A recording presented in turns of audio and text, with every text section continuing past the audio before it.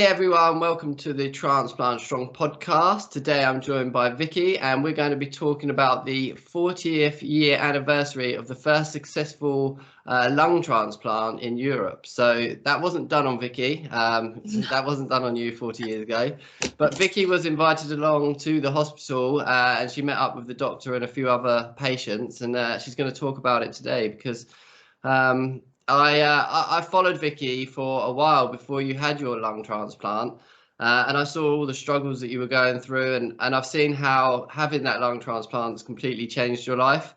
So, it's just nice. You've been on the podcast before and we've talked about that. So we're just going to have a little chat about, you going to the hospital and meeting the doctor and what it was all like and how cool that was. Yeah, so it was heart and lung, first heart and lung in Europe, yeah. And that's why I had as well, heart and lungs. But yeah, so we went to Papworth and they had a couple of presentations. One of the presentations was by Professor John Wallwork, and he was the actual surgeon that did the first ever successful heart and lung transplant in Europe 40 years ago. He did that on Brenda Barbara, and she was 36 years old at the time of her transplant, and she went on to live for another 10 years, so it was a great success, really. John, he trained in America with the surgeons over America, and he was the chief resident there. I think it was in 81 where they did the first ever heart and lung transplant in the world there. Yeah. So he's like a real pioneer in the history of cardiovascular transplants, really. He was really interesting to me. He was a character, as they all are. Yeah.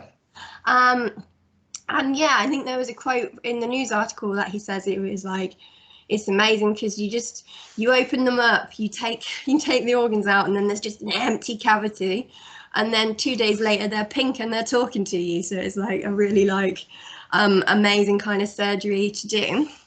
Another interesting thing he's told us about is like the main part of the surgery is taking out the organs. It only takes him 28 minutes to get the heart and lungs back in the body, which is just so quick, isn't it? Like, yeah, I'd have thought it would be the opposite way around. I thought that the easy part would just be snipping it all off, and then the hard part would be attaching it all back together. Yeah, he was saying that heart and lungs is a relatively simple surgery, really. You just have to reconnect it in three places, and you're done. So. Yeah, I suppose it's more the invasiveness of actually having to open it all up to do the surgery that causes all the problems as well. Yeah, absolutely. And he made a joke about the anaesthetists. They're actually like useless because there's no need for them because the person's on the bypass machine for the majority of the operations.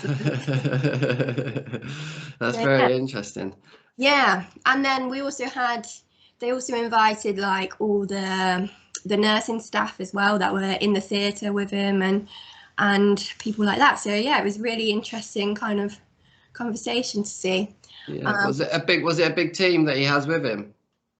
No, I wouldn't say so. I think there was probably maybe like 30 of us at the event, including. Yeah, but I meant in terms of his with his team that come in with him, as in his technical team. Yeah. I think probably it probably would be. I don't know how big a team that was. He didn't really specify, but I don't really know. But that's all right. You'd like to think there's a few people in there. Yeah, I remember when I walked in to have my transplant, I had the liver transplant. I do remember seeing lots of people about in the room at the time, but I don't know how many people actually stayed and how many people were just helping prep and stuff. Yeah, same. I remember that as well. And then I was in ICU and all these people kept walking by me and like looking at me, and I'm like, what are they looking at? And the lady was like, the nurse, she was like, oh, they all watched your surgery, so they're just, checking up on you. I'm like, oh, okay. Yeah. But it was nice to meet some other patients as well. Yeah, it was really nice to meet some other patients. So I met Freya, and she had a heart and lung transplant maybe last year, and I've met her on Instagram, so it was really nice to meet her in real life. And then the stars of the show really were Casey and Tinnika, and they are 37 and 36 years post heart and lung transplant. So I mean, that's like really like going strong. Okay, yeah, we might. Yeah. we might make it. Yeah. So, and it was really inspiring to speak to them, and like, she's like, don't worry too much about germs, just live your life, and and it's really great to see that they've not like worried too much about things, because I don't know about you, but I can get kind of caught up in the germ kind of. Yeah. There's definitely, I mean, we know that the meds we take could make us compromised in certain ways. I think it's just finding that good balance as well. Absolutely, isn't it? Yeah. But for me, meeting transplant patients really assured that, because the doctors are so, I mean, they tell you the facts. They tell you, do not do this, do not do that. This is what will happen. Whereas transplant patients have lived their life. They're like, but I missed my meds that day. I didn't die. I just took them at this time, or did this, or I didn't wash my hands, but I ate this and it was fine. So I think there's two sides. There's the you're definitely real side right, and the doctor's side. Yeah, you're so right. So it was really great to meet them, really great to meet John, and they gave me this little trinket.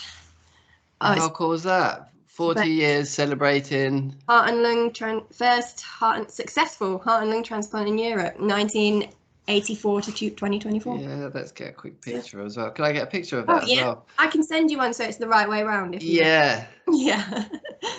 That's wicked.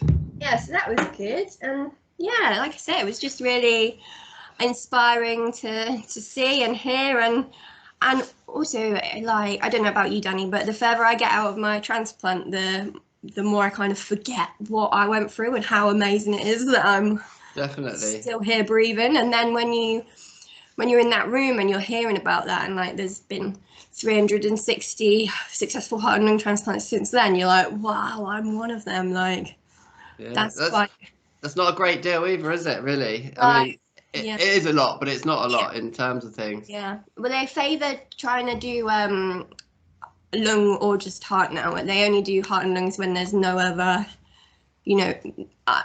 when, for me, for example, I wouldn't survive if they just gave me lungs, or I wouldn't have survived if they just gave me a heart. I needed them both. So, and they do that to save more lives, so it does make complete sense. But it does mean that we're in a minority. But it's so great to see. Like I say, I've followed your story from before your transplant till now.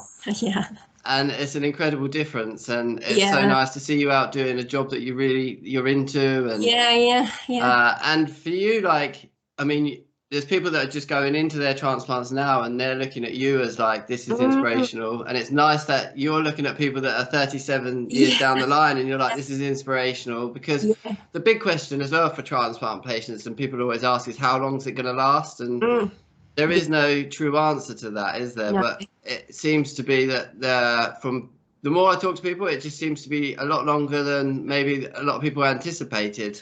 Yeah, I think so. I think, like you say, the doctors, they give you the hard, true facts, and quite often they're not as optimistic as you want them to be. So when you meet people who have like foregone these kind of averages, you're like, okay, there is hope. Also, when you think about it, like 40 years isn't that long ago. So we're in like the relatively early stages of this kind of medicine, and we're seeing like huge developments constantly at the moment, aren't we? Like that guy that went home with his after having a transplant from a pig in a kidney transplant, was it? Yes. So that's like, that's an exciting new science, and that's gonna. Yeah, I got tagged in one the other day where they were, I think, don't quote me fully on this, but they were injecting cells, someone else's liver cells into a liver, and then that was growing. So rather than have a transplant, you can basically grow someone else's, or grow your liver and someone else's liver together in your body. Yeah, it's incredible. Like, and I mean, they are working on that, stem cells and stuff, aren't they? But John, the surgeon, he said that he feels that animal organs is going to become more of the usual, but he thinks we're quite a way away from stem cells, because I'm always like, whoa, stem cells, grow my own heart, I'll happily experiment with that. No any rejection meds, sounds perfect. Yeah, there's hope for the future, I suppose. Yeah, definitely. And also Tinnika, who's 36 years out, she was like, and that is what I want the doctors to focus on now. I want them to focus on how how they keep us going, not like, oh, you know, you're going downhill now, that's it. Good luck. Yeah, we'll sort out. Yeah, I totally understand that. Yeah. But it's really inspiring, and it's lovely to have you on to talk about these little things. Yeah, definitely. Yeah. Okay, well, thank you very much. I know you've got the rest of your Friday ahead of you now, so I'll let you get on with stuff. But thanks for coming on and talking about that, Vicky. No problem. Thanks for having me, Danny. Thank you. No problem. Speak soon. Bye-bye. Bye.